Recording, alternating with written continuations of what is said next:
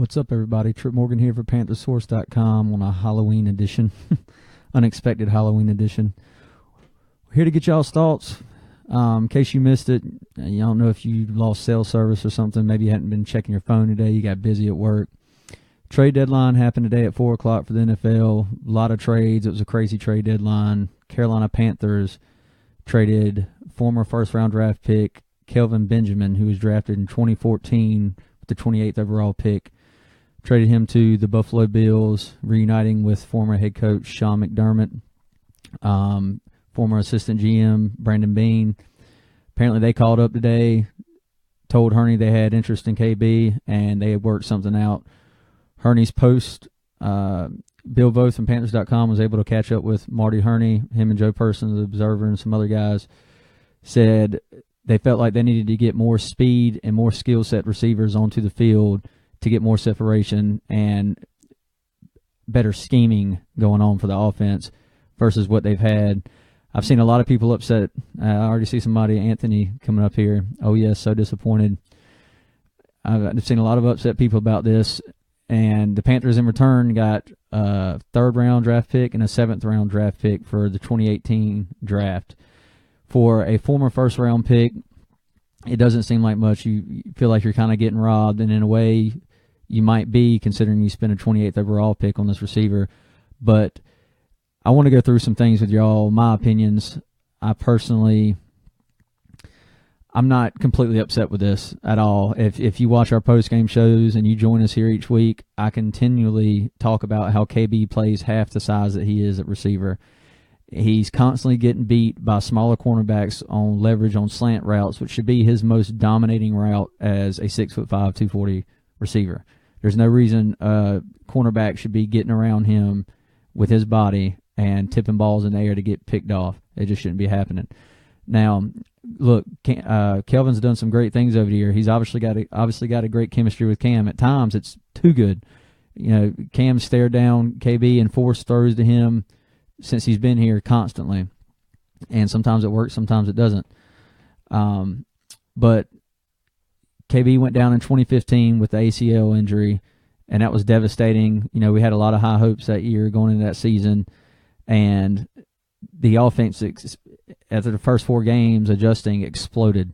You know, led the league in scoring, and I think the biggest attribute to that, now granted, we had Ted Ginn and we had a much better offensive line, but a large part of that was receivers were able to get separation off the line and get deep down the field. Right now, we don't have that at all with 2 big guys like Funchess and KB. And we drafted a guy like Curtis Samuel. You're not right now. You haven't been able to get him on the field much. I know he had to fumble. We've talked about this. I'm not going to sit here and harp on that. He dropped it. It's a mistake. He's a rookie. If it continues to happen, he's done. That's fine. We also got Kalen Clay back, another speedster.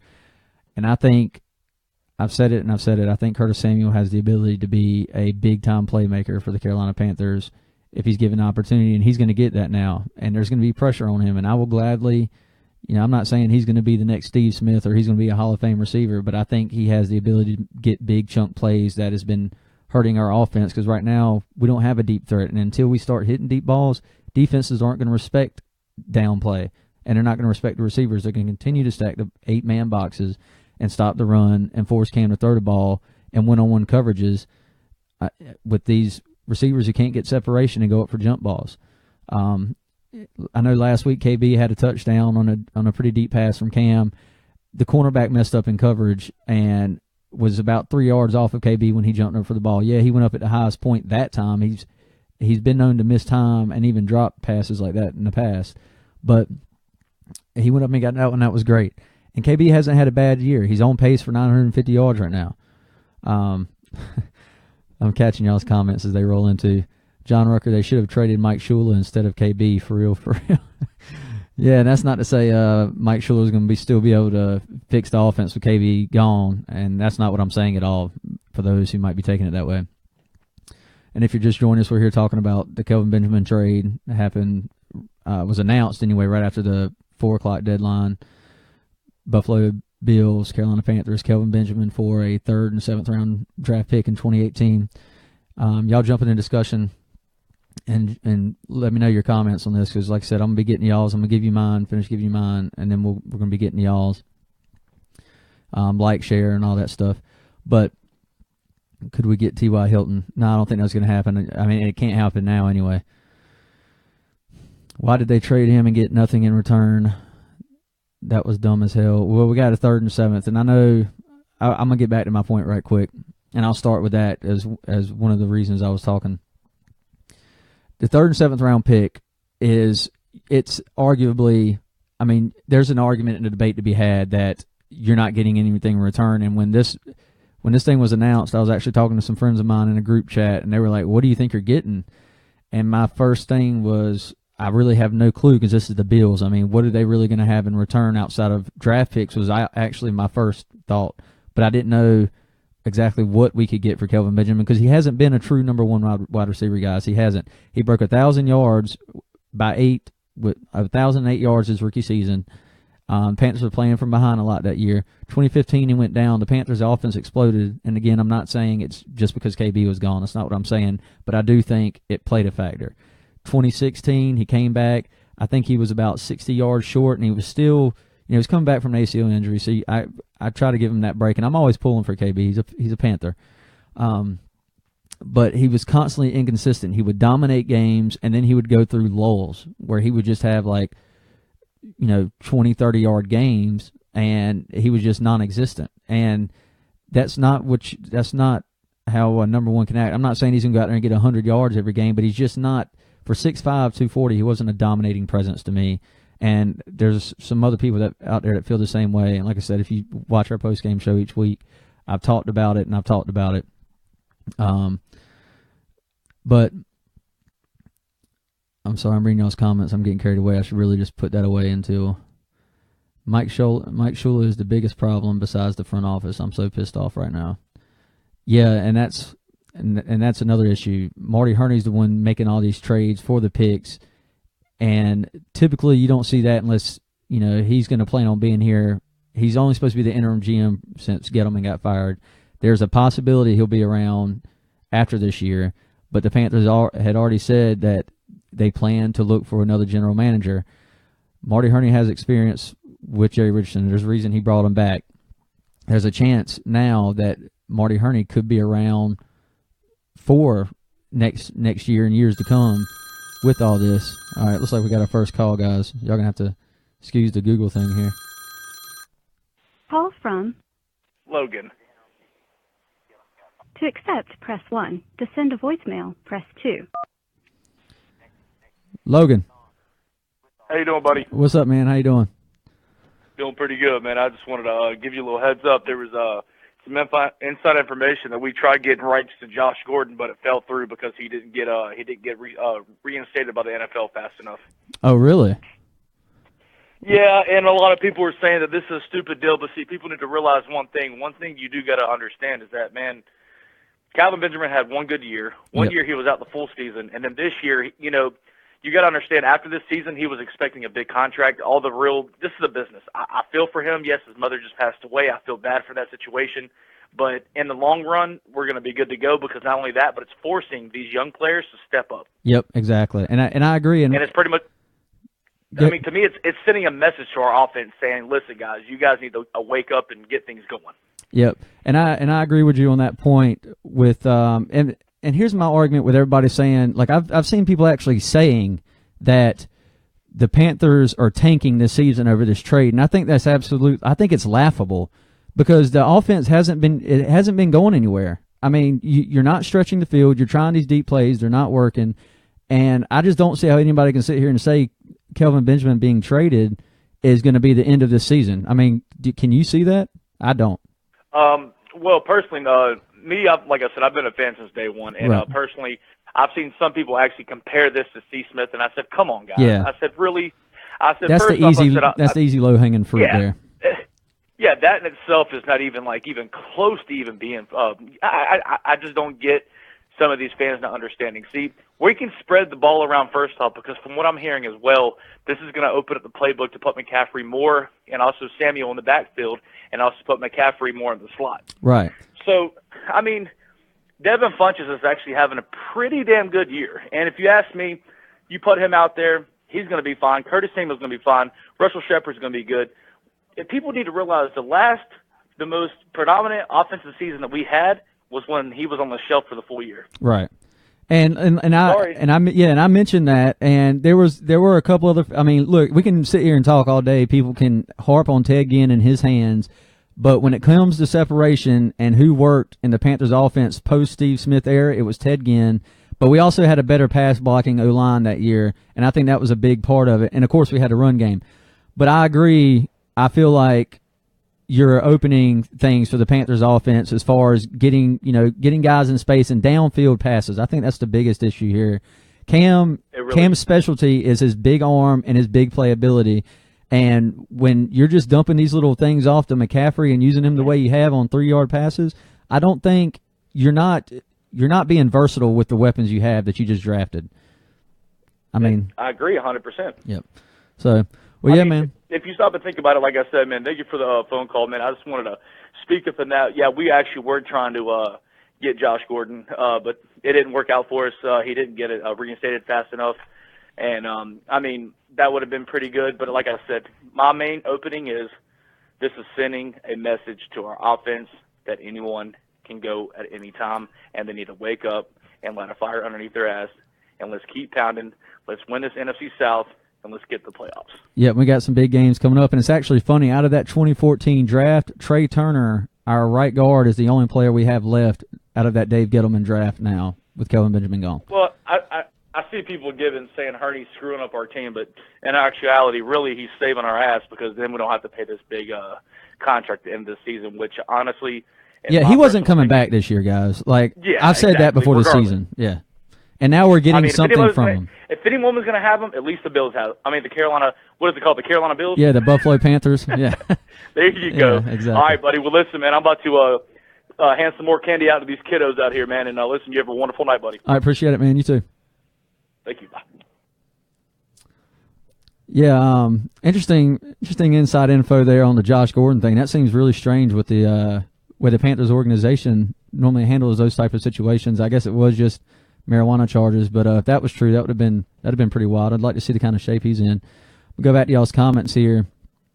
Y'all can feel free to call in. The number's right there at the top. If they wanted speed, get rid of Funchess, not KB. Let KB get doubles so those fast receivers could shine and be confused who to stop. Chandre Williams. No, because KB's much slower than Devin Funchess, and I think Funchess is better with his yak ability, his yards after the catch. I think that's his biggest area that he can strive for. I've kind of always said too. I've always liked Funchess a little bit more than Kelvin Benjamin between the two tall receivers. I said that one wouldn't have gotten anything for sure. Yeah, Chuck's right there, John. Sorry. Could we get T.Y. answered that one? Let's see. He wasn't going to be re-signed at the end of the season. No, he wasn't. Who's going to be tall enough to get Cam's overthrown passes? Curtis Baker. And actually, I saw this comment while I was on the phone. And, Cam gets a lot of flack. But I don't know if y'all watched Jameis Winston last week while we were in Tampa playing them. But he was horrific. Now, granted, he has a shoulder AC joint sprain right now or something in his shoulder. But I will say this. Last year, Pro Football Focus put out a stat with quarterbacks from last year, the top 5 quarterbacks overthrowing receivers. And Cam Newton wasn't even on that list. Jameis Winston was number 1 overall, and Jameis Winston gets a lot of praise. Now Cam is inaccurate. I think everybody's about come to accept that he's going to hit and he's going to miss, but he has been starting the majority of the games this year. First drive or two, he's been dead on, and then we have a big turnover or a drive just stalls. So those all play factors. That guy's smart, Tom. Ginn had his best years in Carolina. He did, but I'm here to tell you right now, he's doing work in New Orleans. He's on pace for I think he's on pace for 1,000 yards. I actually hadn't started this site and everything when all this was taking place, but on my personal account on Twitter, I was talking to people and I was saying mid-season people are going to miss Ted Ginn and see what he's doing in New Orleans, and now you're seeing that. Look, it was frustrating as hell to sit there and watch him drop wide-open touchdown passes, 50, 60 yards, but almost every time he came back next time he was hit in that game, it was a touchdown. You can't replace that deep threat because people still had to respect him whether you don't know if he's going to catch the ball or not, but you don't want to let a receiver get wide open for a 60-yard touchdown pass. Right now there's no receiver except you could say Curtis Samuel, but he hasn't really been given an opportunity yet to respect the Panthers' deep ball and speed down the field with getting gone. That's why Curtis Samuel was brought in and we haven't been using him yet. If our offense is struggling, trading our number one receiver is the answer. Why not go after another receiver? Why not get some O-line help? I'm not against the O-line thing. I've actually put out an article not too long ago. I think it was this past week, checking in on the other available left tackles this offseason that the Panthers passed on. And I was big on veteran 35-year-old Andrew Whitworth, who was leaving Cincinnati. And I think he's the number 5 overall rated left tackle. And I think he signed a 3-year, $35 million contract this year. And I was hopeful. I kind of knew we were getting Matt Khalil before. I mean, it was Ryan Khalil's brother. Come on, guys. But I was very hopeful we'd get Whitworth. It didn't happen. Getting other receivers. I mean, who are you? I mean, what are we going to trade for? Maybe make a move for T.Y. Hilton and his big salary. We couldn't really do that. Brandon Beane and company actually called us from the Bills saying they were interested. We just drafted Christian McCaffrey and Curtis Samuel. We did get Taylor Moton, and I'm hoping he starts to get some time at the tackle positions mainly because guards, we got some Pro Bowlers there. Hopefully Trey Turner's been hit and miss this year, but I think he can get it together. He's normally pretty good. But I don't know what other receivers – I mean, to throw them in there because there's a lot of receivers in this league I could be missing. I'm just thinking about the guys that were on the block. Jerry Richardson wouldn't want Gordon on the team with his act. Yeah, that thought crossed my mind as well, Chandre. But right now it seems with Marty Herney back in town, it's anything's a go the way everything's been this year so far. I think, with that being said, I want to say this too.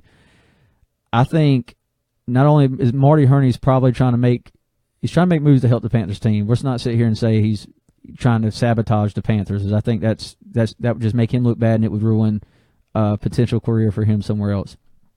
But number 2, I said in this offseason that if the Panthers didn't make the playoffs, Ron Rivera could be on this was after Dave Gettleman firing, that Ron Rivera could be on the hot seat if the Panthers didn't make the playoffs with the defense and the talent that they brought in. And I still think that's true, especially after the Dave Gettleman firing. I think that's partly a message saying, look, we went to the Super Bowl in 2015. Yeah, we had a hangover year. That can be somewhat expected. We had a lot of injuries, but you can't come in here with this kind of talent and not go to playoffs. I'm not saying he's going to get fired this year, but I think with Herney, if you bring in a new GM and this year doesn't work out with Herney in the interim and they don't want to keep him, then all of a sudden a new GM's coming in and chances are he's going to want his own coach. And chances could be that Jerry Richardson's ready to move on and try something else. Ron Rivera went to bat for Mike Shula multiple times this offseason, despite all the controversy surrounding him.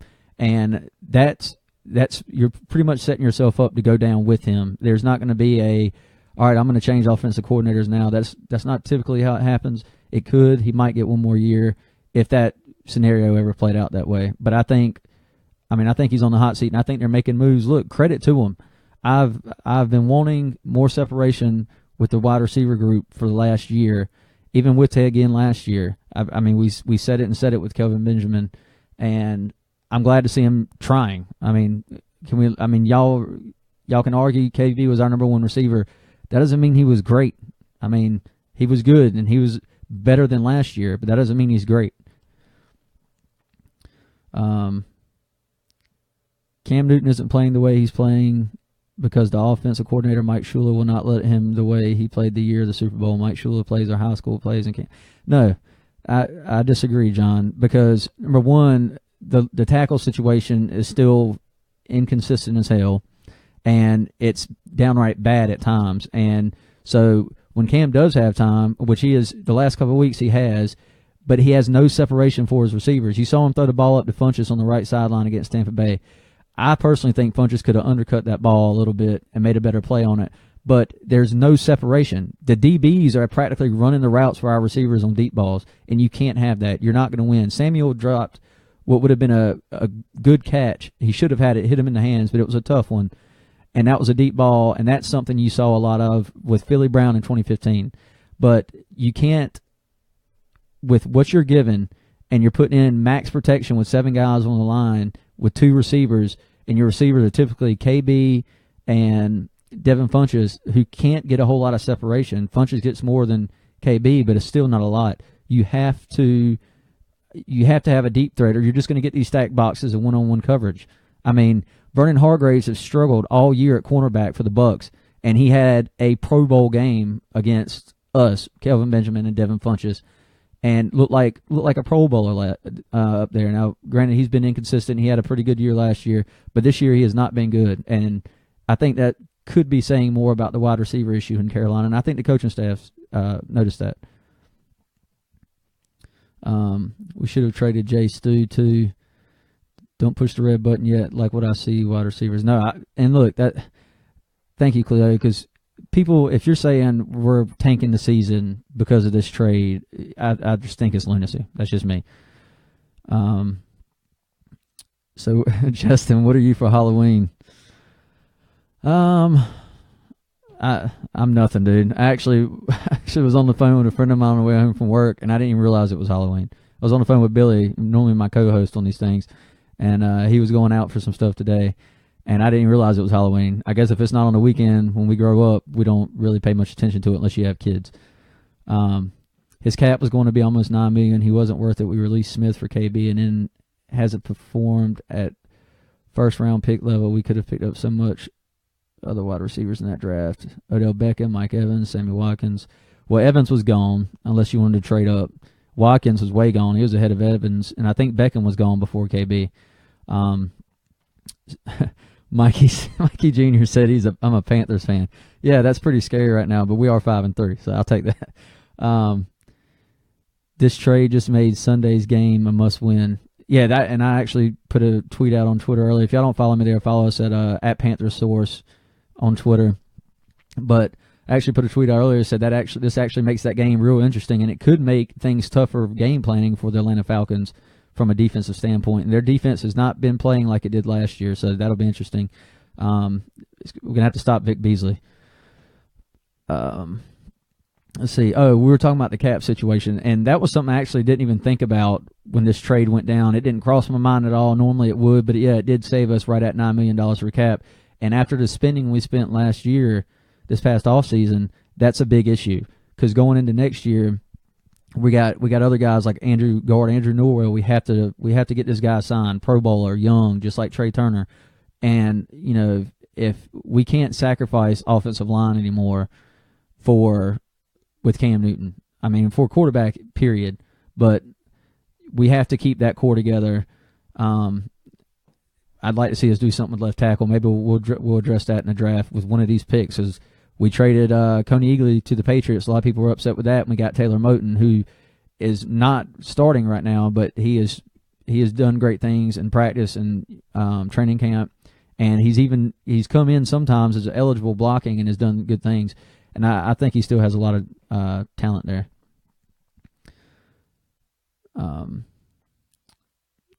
Mikey. Any wide receivers on the practice squad that fast and have KB height with hands who can catch? Not off. I don't know. I think we released Keiaris Garrett, but I think he's had hands issues as well. And now I'm drawing a blank with the Charlotte 49ers receiver that we brought up, Austin Duke. I don't know that situation right now. I know we got Kalen Clay back. He's a possibility to get more deep threats. He had a big preseason, and then he went to the Bills. They had to release him due to numbers, and we were able to get him back. And that trade actually worked out for us as we got cornerback Kavon Seymour, and we ended up getting Clay back anyway, so it worked out good for us. We have to go to a veteran wide receiver in free agency. If you're watching from Keep Pounding, I don't know if y'all listen to that podcast. I talk about it. I end up mentioning it about every time I get up here. Check him out. Great stuff there. Great quality. But he is big on Anquan Bolden. He has been preaching it for like a year. He's huge on Anquan Bolden. And so that would actually be a good veteran possession receiver. I know Bill Voth was big on it, and it makes sense.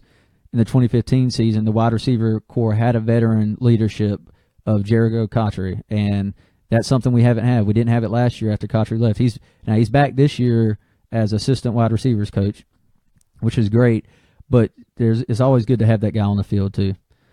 What about Fred Ross? I'm not sure. I probably should have looked at some of the practice squad receivers that we actually have now, because I haven't been looking because there was no need to until today. But yeah, y'all can keep the comments rolling in. Like I said, I'm not against this. Duke got released again. Thanks, Chuck. Baldwin would be a perfect fit, physical and fast. Are you talking, Jones? I guess you're talking about Doug Baldwin or Anquan Bolden, like I was saying. Baldwin isn't going anywhere. He's staying. That's Russell Wilson's right-hand man when he tries to Houdini people. Well, he doesn't try. He typically does, unfortunately. Turns around and throws up those crazy passes. But yeah, like I said, the value is arguable. It's 3rd and 7th round draft pick for your former 1st round draft pick. But look, I've actually got his stats pulled up. That's what I was going to talk about. Some 2014 years, rookie year. That's what, like I said, 1,008 yards, 9 touchdowns. We liked what we saw. He showed some focus drop issues. His catch percentage was 50.3. Not terrible, not great. Went up last year to 53, and halfway through this year it was at 62, which I was actually a little shocked about that. But last year, 941 yards. So, yeah, 60 yards short of a 1,000-yard season. And an inconsistent year for us, offensively because of offensive line injuries. And it was just Super Bowl hangover and all of it. It was just not good. And then this year so far, like I said, 475 yards, is on pace for 950. You look at that and you say it's not bad, but it's the inconsistencies for me. 77-yard game against Buffalo, goes against New Orleans, 8 yards. 104-yard game against New England, and that big win on 4 catches. A lot of blown coverages in that game, by the way, against a terrible defense. 58 yards the following week, 99 against Philly. That was after Detroit, Devin Funchess went off. And then he came back, 99 yards against Philly, 65 against Chicago, then 39 last week. I don't hate Kelvin Benjamin. I see he's got 2 touchdowns this year, and that's another thing. 9 touchdowns, 2016, 7 last year, and this would put him on pace for 2, would put him on pace for 4 this year. That's a declining number. That's not good, especially with a guy of his size that should be able to go up and get the ball in the end zone. Good God, I see y'all keep rolling them in here. Let's see, or try and get Megatron. Yeah, I saw he was talking about that. That would be nice, but I don't see him coming out of retirement. If he does, apparently it's going to be to the Eagles. Can we get Smitty back? No, we wish. Beg Smitty to come out of retirement. Not going to happen. I have said for the past 2 years, I think Bolden, Jacob, yep, you and Keep Pounding, Den from Keep Pounding podcast would get along fantastic.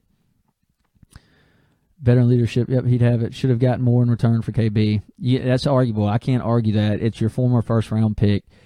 I will say he hasn't put up first-round pick numbers, but I mean, you look at guys like the Mike Evans who went a few picks ahead of him that have just been dominating at their size. That's what you expect to get out of KB, and he just hasn't been that. And then he's showing up every year overweight, which is another big issue. He had these problems at Florida State. Also had those focus drop problems I talked about, and they've seemed to carry over and linger. Now, granted, he whipped back into shape, and I wasn't terribly on his case about the being out of shape thing when he showed up, because he came to work in OTAs that he didn't have to do, and he busted his ass and he got in shape.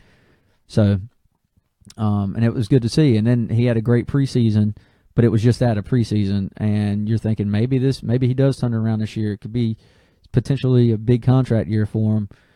But I didn't ever think he was coming back to Carolina. I was just hoping he would play up to that. And like I said, he's played better, but I still, I wouldn't have been happy signing him to a long-term number 1 contract type deal. And we actually got something for him instead of just letting him go, much like Coney Ely that everybody was upset about then.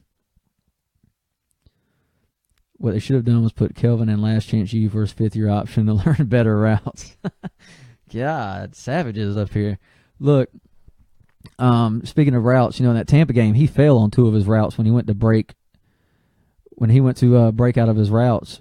I think it was one was a 7 route, corner route to the end zone, and the other was just an out in the red zone, and the other one was actually an in. It was the late one where Cam targeted him, and he just fell to the ground trying to catch it, and he just dropped it. But he's not the best route runner. He's a big guy. You don't expect him to be Odell Beckham in routes or Christian McCaffrey. That's not going to happen. But you expect him to be able to go up and get the ball and dominate. He's just done it inconsistently. He runs that slant route, and then he gets beat by a 5'10" corner in man coverage. It allows him to come around and tip the ball. You just can't do that. You're 6'5", 240. You have to beast that guy. You can't put your body in front of him, block him out, catch the ball. Do you think they would convert CMC to a wide receiver? This is a fun topic. We talked about this a little bit on the last post-game show, and now it's even more interesting. I am not opposed to that at this point with what Cameron Artis-Payne showed us. He's shown us in preseason in very limited roles what, the burst he has and some of the patience he has. And last week you saw it. He only ended with 8 yards, but again, he was bottled up just like Jonathan Stewart, which is why I can't get on any of these running backs right now because nobody has running lanes. And when they do, they've taken advantage. Jonathan Stewart's done it. Christian McCaffrey's had a couple creases where he's been able to get out. Overall, though, they're just getting bottled up. Cameron Artis-Payne took advantage of a couple of carries last week and looked good. Right now, McCaffrey is a receiving threat. And I think putting him in a slot role like Edelman or something, Julian Edelman, they kept talking about the Patriots offense is what they want to go to, and putting him in that role would be interesting. But I will say bringing him out of the backfield kind of gives them that versatility they want. But you also have Curtis Samuel. You saw last week he went down in motion. McCaffrey went to the slot, went to the receiver spot out of the backfield, and then Samuel came out of the receiver spot and motioned to the running back. Now, a lot of times that'll give away man coverage for these guys. And McCaffrey underneath is going to be dangerous, quick route. He's a great route runner. I think we all know that. And then Curtis Samuel coming out of the backfield for that screen too is also dangerous. But I'm not opposed to that. I think if you start getting too many hands on a rock in the backfield, it takes momentum away from one guy. And you saw it with Jonathan Stewart and Dio in their later years, like 2013, 2012, 2013. You couldn't get these guys the ball enough to keep momentum when they had it, to keep that hot hand going because you were focused on other things. And when Dio left, Jonathan Stewart excelled, and Dio actually excelled in Pittsburgh with his time there. So I think a crowded backfield is not a good backfield, personally, especially in the Panthers offense. So I wouldn't be opposed to that until at least we get Greg Olsen back and see what happens. I mean, you just traded Kelvin Benjamin. I'm sure they've got plays. I mean, obviously they put McCaffrey out in wide receiver all the time. So when does Damiere Byrd come back? He comes back a week after Olsen, maybe. I think he was injured the week after. I have to look that one up. Burson is probably coming back. No, Jamie, I don't think we're that bad off yet, do you? Y'all check out the our buddies Roaring Ride at the Roaring Ride podcast too. Always talking Panthers. I think they just got a new episode out. If you haven't joined the Roaring Ride, you should go to the away games, home games. They got a great tailgate. If you're a big Panthers fan and you're not part of the Roaring Ride, I don't know what to tell you. You need to go to the website roaringride.com. Check it out. Why are we ignoring the O-line issues? Fantastic question. That's what we should be asking for the last 3 years. I have no idea. Darrell Williams has been graded one of the best right tackles in the league. I think I was reading an article today. I think that was by Pro Football Focus. And he's the Panthers' best, but we've been using a lot of max protection, so that's kind of hard to say. But as far as the left tackle thing goes, I don't know. I don't know why we brought, I know why we brought in Matt Clue, because we have his brother. He was battling injuries. He's supposed to be back healthy. He had a Pro Bowl season his rookie year. He was great, and you're hoping you can get that back for him, but you paid $55 million for him. That's an issue. And I think we can get out of that after 3 years and not pay the full thing. But still, when guys are like out there like Andrew Whitworth, and you could draft your future and have him learn behind an all-pro Pro Bowler like Andrew Whitworth, and he still be dominant in the top 5 left tackle and be cheaper, and you're protecting your franchise MVP quarterback, I don't understand why you wouldn't do that. That knee is no good. Yeah, and that's actually, William, that's a good point. KB's been battling that knee injury, and it blew up on him in the Philadelphia game. So that's something he'll have to watch. And another thing for the Bills is, they've been struggling with separation issues from their receivers as well. Zay Jones, I live here in Greenville, North Carolina. I'm a big ECU fan. He's an ECU alum, and I was big on him going out of the draft. He had all this hype, second-round pick for the Bills, possibly stole from the Panthers. I don't know. I know the Panthers were high on him. But, they've all been struggling there with receivers getting separation, which is why I'm interested that they went after KB and gave up, the picks. Now, granted, they weren't big picks. A third-round pick is, believe it or not, it can be big for your team. But it's interesting to see that they would go after a guy like KB. You think they want somebody with speed like the Panthers to stretch the field and get some of that separation. So it'll be interesting to see. I wish the best for KB. Look, going forward, I want him to have a great career. I feel for his mom and stuff. This happens the game after his hometown return for the first time since his mother's passed. I hate all that. But this is a business, and I wish him the best moving forward. So who are the number 1, 2, and 3 receivers now? I would say Devin Funchess is your number 1.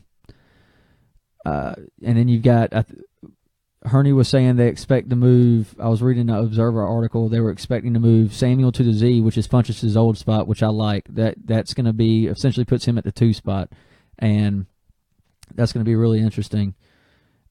And your third, hell, it might be McCaffrey. That's going to be fun to watch. I'm trying to think who we have. Kalen Clay as well. He's probably going to get some time with the speed that he showed, and he's also a punt returner. And I like the fact they're putting him in punt returner and taking pressure off McCaffrey. McCaffrey is never going to make it as a running back. One in the NFL, not strong enough in lower body. That's yet to be determined. Through D'Angelo Williams' first 8 games in the NFL, he had 423 yards, somebody put on Twitter. And in McCaffrey's first 4 games, he has 495 yards, total scrimmage yards now. That's scrimmage yards. So, behind this offensive line, it's hard to tell. I do think right now he's better served as a wide receiver. Bird's arm is broken. Yes, it is, Chandra. So, but anyway, guys, well, if y'all don't have any more phone calls, comments, want to talk about anything else, like I said, it's hard to accept that first-round pick is gone. KB hasn't quite, he's shown great flashes, and he's had great games. He's made some big plays. In 3 years, or essentially 2 years, he's going to make those. It's hard to value a third and a seventh for your former first. But I'm interested to see what the Panthers can do with separation moving forward on this, with the speed they have now, wide receiver, and like I said, the versatility we've talked about all off season. One of the concerns was how are we going to get the ball into everybody's hand? There's only one. Cam was able to spread the ball well in 2015. He's done it well this year, considering it's just there hasn't been big plays and nobody to stretch the field. So we might have that now. It's to be determined. But like I said, if you think we're tanking the season over this trade, I think you're completely wrong, because the passing game wasn't big before. I think it was bottom half of the league, actually. It's bottom half of the league. So it's not like we were hitting on a whole lot before. We switch this up and we blow up on Sunday, everybody's happy, and then you're going to have some people saying, well, let's see if we can do it 2 weeks in a row. But we'll see what happens. Anyway, y'all be sure to follow us here on Panther Source. We go live after every game on Sunday, or prime time too. Me and my buddy Billy, he's not here today because it's the last minute, obviously, but we'll be taking your phone calls from here on out, just like we did earlier with Logan, who called in. Thanks for the phone call, Logan. I've actually got the phone thing up and running and figured it out. So we'll be doing that. Y'all follow us, subscribe to us on YouTube. If you can't catch us when we're live, I post all the stuff there so you can view it later. Follow us on Twitter at PantherSource. And, yeah, share this. Talk to your friends. And, look, if you want to keep commenting, if you see this later and you want to keep commenting with your thoughts, I try to get back up here and reply back there as well.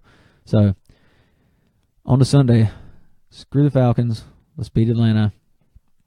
Keep